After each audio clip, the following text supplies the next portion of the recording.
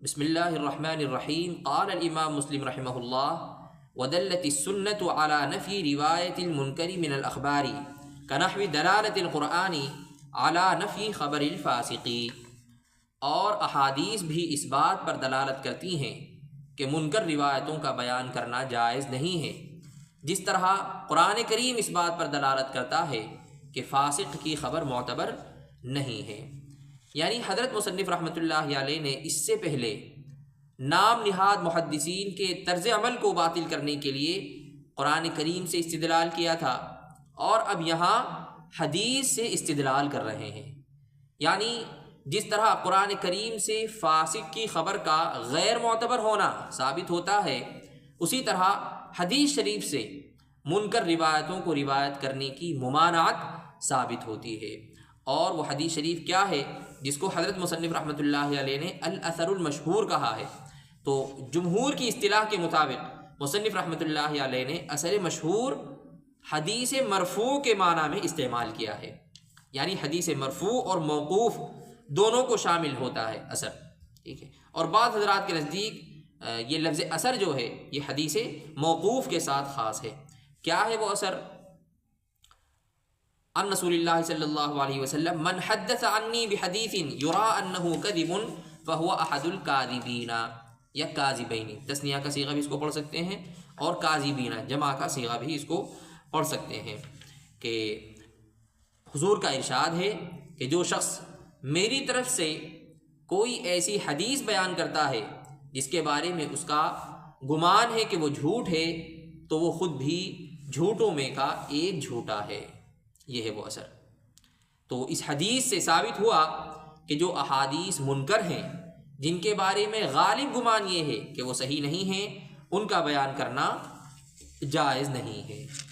یہ تو اثر ہو چکا یہاں آپ یہ دیکھ رہے ہیں کہ حضرت مصنف رحمۃ اللہ علیہ نے اس اثر کی اور اس حدیث کی سند کو بعد میں بیان کیا ہے، حالانکہ رائج طریقہ تقدیم سند کا ہے، یعنی پہلے سند بیان کی جاتی ہے، بعد میں متن لایا جاتا ہے۔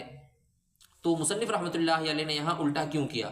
تو یہ بتانے کے لیے کیا ہے کہ یہ بھی جائز ہے، یعنی کہیں کہیں پہلے متن لے آیا جائے اور متن لانے کے بعد اس کی سند کو ذکر کر دیا جائے، یہ بتانے کے لیے کہ یہ بھی جائز ہے، ایسا یہاں کیا ہے۔ سند دیکھ لیجئے، اب سند آ رہی ہے۔ وَبِهِ قَالَ حَدَّثَنَاهُ أَبُو بَكْرِ بْنُ أَبِي شَيْبَةَ قال حدثنا وكيع عن شعبة عن الحكم عن عبد الرحمن بن ابی لیلى عن سمرة بن جندب۔ دیکھیے آگے ہا آیا لکھا ہوا ہا، تو یہاں اس کو ہم کیا پڑھیں؟ تو اس کو ہا بھی پڑھ سکتے ہیں، ہا قال وحدثناہ ایسے، یا جہاں یہ ہا لکھا ہوا آئے گا تو وہاں الحدیث یا صحہ یا تحویل یہ بھی کہہ سکتے ہیں۔ اور بعض حضرات یہ فرماتے ہیں کہ جہاں یہ ہا لکھا ہوا آئے وہاں کچھ نہیں پڑھنا ہے، کیونکہ یہ تو محض ایک علامت ہے دو سندوں کے درمیان، یعنی ایک سند تو یہ ہو گئی اور ہا کے بعد یہ ایک دوسری سند ہے۔ ہا قال وحدثناه ابو بکر بن ابی شیبۃ ایضا قال حدثنا وکیع عن شعبۃ وسفیان عن حبیب عن میمون بن ابی شبیب عن المغیرۃ بن شعبۃ قال قال رسول اللہ صلی اللہ علیہ وسلم۔ نام نہاد محدثین کے طرز عمل کو باطل کرنے کے لیے پہلے قرآن سے پھر حدیث سے استدلال کیا تھا، اس بات پر کہ ثقہ روات سے روایت کرنا ضروری اور غیر ثقہ سے اجتناب لازم ہے۔ اب یہاں سے کچھ حدیثیں ایسی بیان کر رہے ہیں جن میں جھوٹ بولنے کی مذمت بیان کی گئی ہے، اور جھوٹی حدیث نبی کی طرف منسوب کرنے کی وعیدوں کو یہاں بیان کر رہے ہیں۔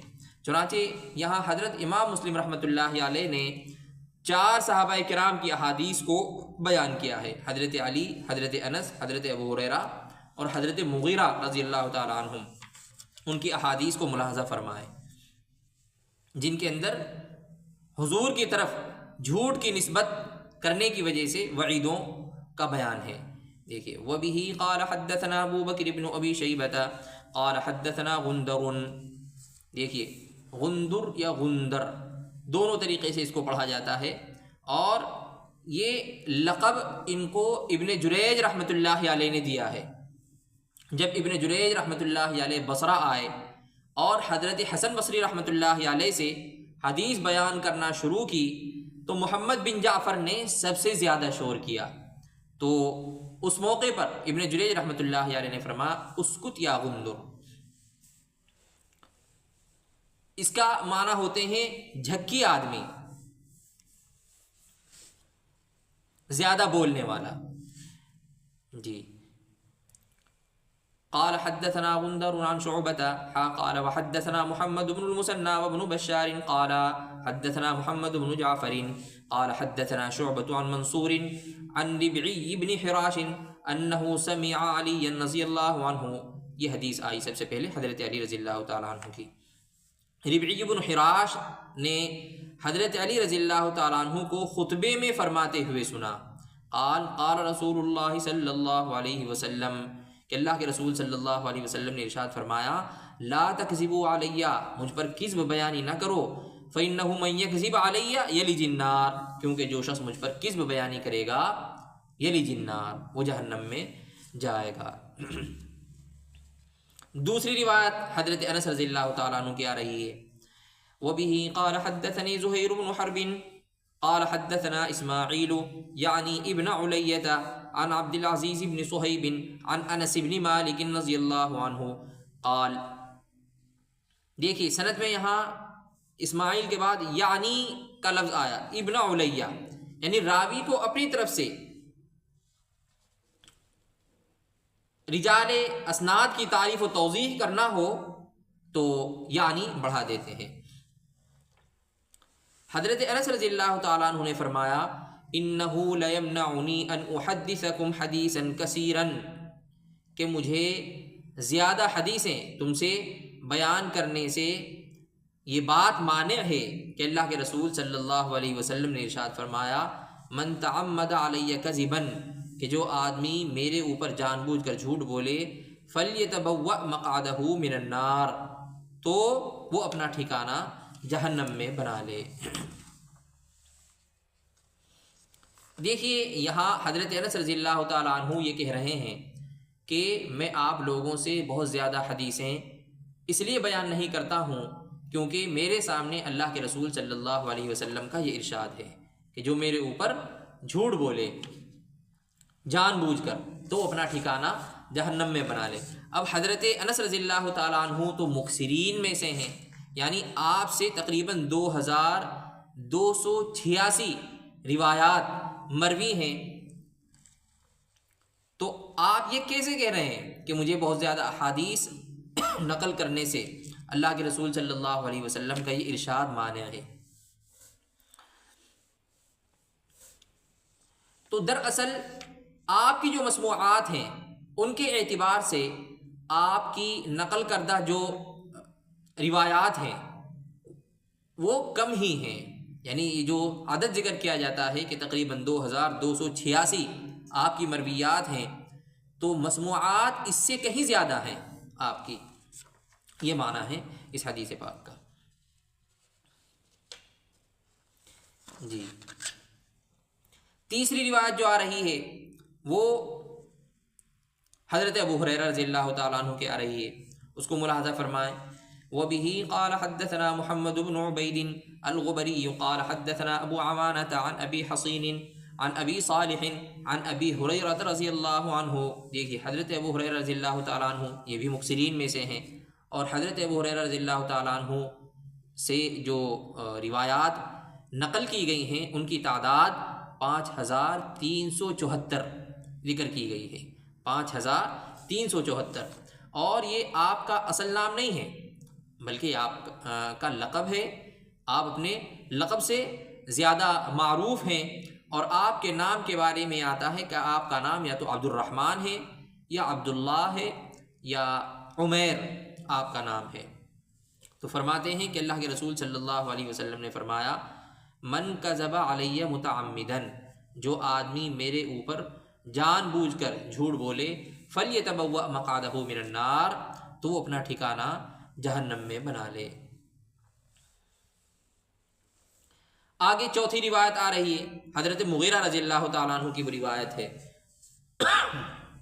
جیسا کہ ابھی بیان کیا تھا کہ 4 صحابہ کرام کی اس مضمون کی روایتیں حضرت امام مسلم رحمۃ اللہ علیہ لا رہے ہیں۔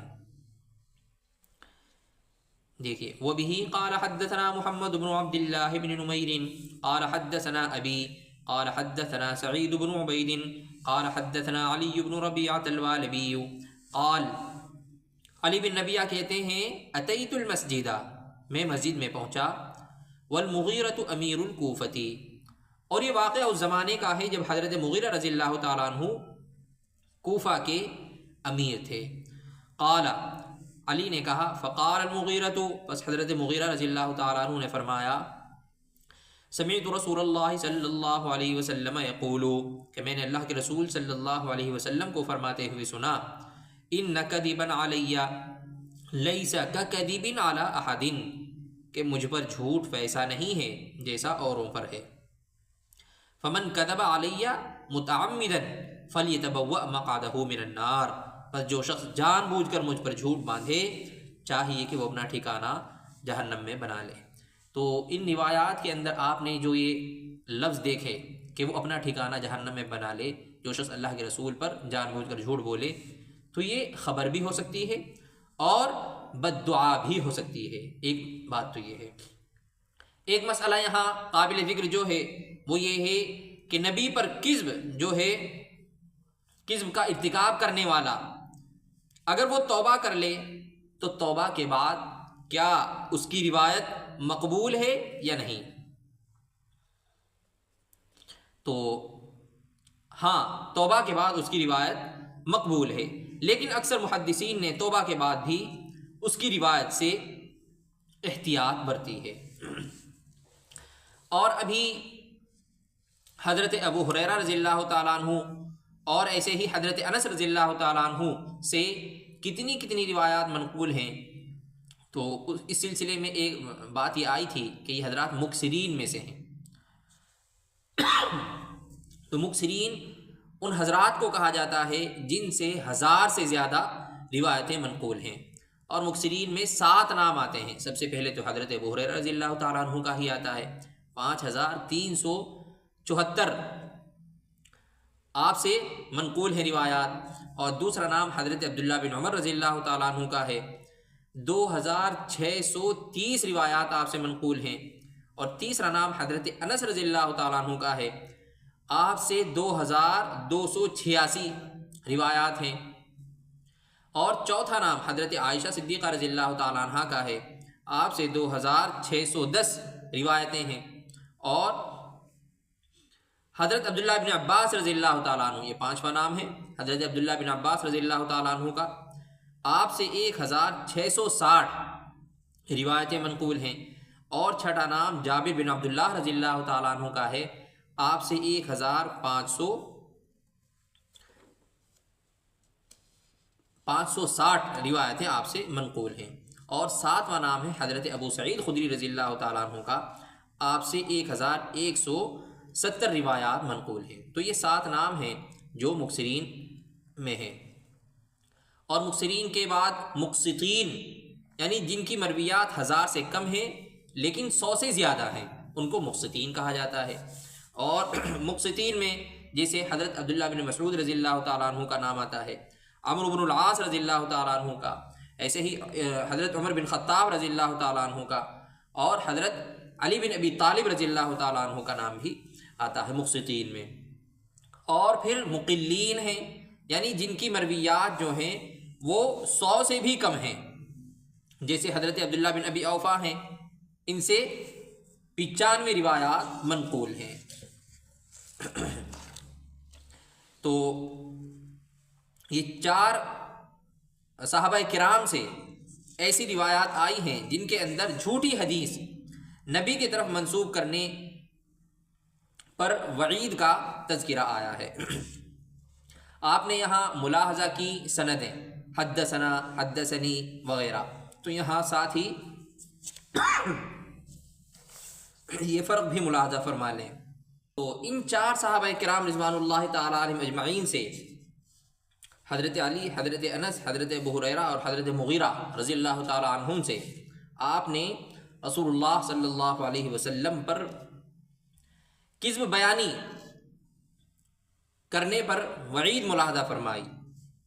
اور آپ پر کذب بیانی کیسے ہوتی ہے کہ جو بات حضور پاک علیہ الصلوۃ والسلام نے نہیں فرمائی ہے اس کی نسبت حضور کی طرف کر دی جائے. یہ سنگین جرم ہے.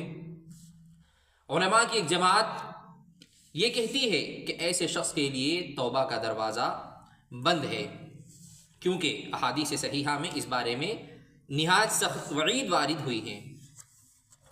آپ نے یہ جو 4 حدیثیں ملاحظہ فرمائی ہیں، ساتھ ہی ان کی سندوں کے اندر آپ نے دیکھا کہ کہیں حدثنا اور کہیں حدثنی کے الفاظ استعمال کیے ہیں.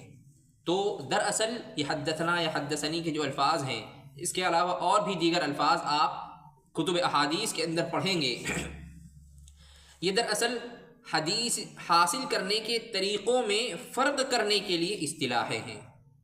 حدثنا، اخبرنا، انبأنا اور سمعت، تو باعتبار لغت ان کے اندر کوئی فرق نہیں ہے، اور جمہور کے نزدیک اصطلاح کے اعتبار سے بھی ان میں کوئی فرق نہیں ہے. البتہ متاخرین علماء نے اصطلاحاً فرق کیا ہے. وہ کیا فرق ہے اس کو ملاحظہ فرما لیں. استاذ سے تنہا سن کر طالب علم اس کو آگے بیان کرے تو وہ طالب علم حدثنی کہے گا. اور اگر وہ طالب علم تنہا نہیں تھا بلکہ دوسروں کے ساتھ اس نے استاد سے حدیث سنی تھی تو آگے نقل کرتے ہوئے وہ طالب علم حدثنا کہے گا. اور دوسری شکل یہ ہے کہ طالب علم نے خود استاذ کے سامنے اس کی مرویات کو پڑھا ہو. طالب علم نے خود استاذ کے سامنے استاذ کی مرویات کو پڑھا ہو تو اب آگے نقل کرتے ہوئے وہ طالب علم اخبرنی کہے گا. اور اگر وہ طالب علم تنہا نہیں تھا بلکہ اس کے اور دیگر ساتھی بھی تھے تو پھر اخبرنا کہے گا. اور تیسری شکل یہ ہے کہ استاد صاحب جو ہیں وہ بالمشافہہ اپنی مرویات کی اجازت دیں. اب آگے نقل کرتے ہوئے طالب علم کیا کہے گا؟ انبأنا کہے گا. چنانچہ یہاں تو آپ نے حدثنا یا حدثنی کے الفاظ دیکھے. نسائی شریف میں اور موطئین میں بھی آپ بکثرت کیا دیکھیں گے؟ اخبرنا. وہاں زیادہ اخبرنا دیکھیں گے. اور ایک اور چوتھی شکل ہے. اس چوتھی شکل میں کیا کہا جاتا ہے؟ اس چوتھی شکل میں کہا جاتا ہے اخبرنا فلان قراءۃ علیہ وانا اسمع. یہ صورت ہے جبکہ ایک طالب علم پڑھ رہا ہو اور باقی اور طلبہ سن رہے ہوں. تو جب ان سننے والوں میں سے کوئی روایت کرے گا تو یوں کہے گا اخبرنا فلان قراءۃ علیہ وانا اسمع. حصول حدیث کے طریقوں میں فرق کرنے کے لیے ان اصطلاحات کو سمجھنے کے بعد یہ سمجھنا چاہیے کہ ان 4 صحابہ کرام رضوان اللہ تعالی علیہم اجمعین کی ان مرویات کے اندر کہ جن مرویات میں وعید آئی ہے حضور پاک علیہ الصلوۃ والسلام کی طرف جھوٹی نسبت کرنے پر، یہ سمجھنا چاہیے کہ ان مرویات میں جو متعمدن کا لفظ آیا ہے، متعمدن کی قید ہے، تو یہ قید اس لیے بڑھائی گئی ہے کیونکہ بھول چوک میں گناہ نہیں ہوتا ہے. اور دوسری بات جو قابل ذکر ہے یہاں وہ یہ ہے کہ نبی پاک علیہ الصلوۃ والسلام پر کذب بیانی یہ مطلقاً حرام ہے، خواہ دینی احکام کے اندر ہو یا ترغیب و ترہیب میں اور واضح و ارشاد میں. امت کا اس پر اجماع ہے کہ کذب بیان حضور پاک علیہ الصلوۃ والسلام پر مطلقاً حرام ہے. بعض گمراہ لوگوں کا یہ خیال ہے کہ مطلقاً حرام نہیں ہے، بلکہ اگر کوئی نسبت حضور کی طرف ترغیب و ترہیب کے واسطے یا واضح و ارشاد کے واسطے کر دی جائے، روایت گھڑ لی جائے تو وہ جائز ہے. اور وہ جائز ایسی بات کو واضح و نصیحت کی جو بات ہوتی ہے اس لیے جائز کہتے ہیں کہ حدیث میں کذب علیہ آیا ہے، کذب علیہ جو میرے اوپر جھوٹ بولے، تو لہذا صرف وہ کذب بیانی جو دین کے لیے نقصان دہ ہو وہ ناجائز ہے. لیکن جو کذب بیانی جو جھوٹ دین کے لیے نقصان دہ نہ ہو بلکہ لوگوں کو دین کے قریب کرنے کے لیے ہو، ان کی نصیحت کے واسطے ہو، تو وہ کذب علیہ کا مصداق نہیں ہوگی، بلکہ وہ حدیث کیا ہوگی؟ کذب لہو کہلائے گی۔ یہ دلیل ہے ان جاہل قسم کے لوگوں کی۔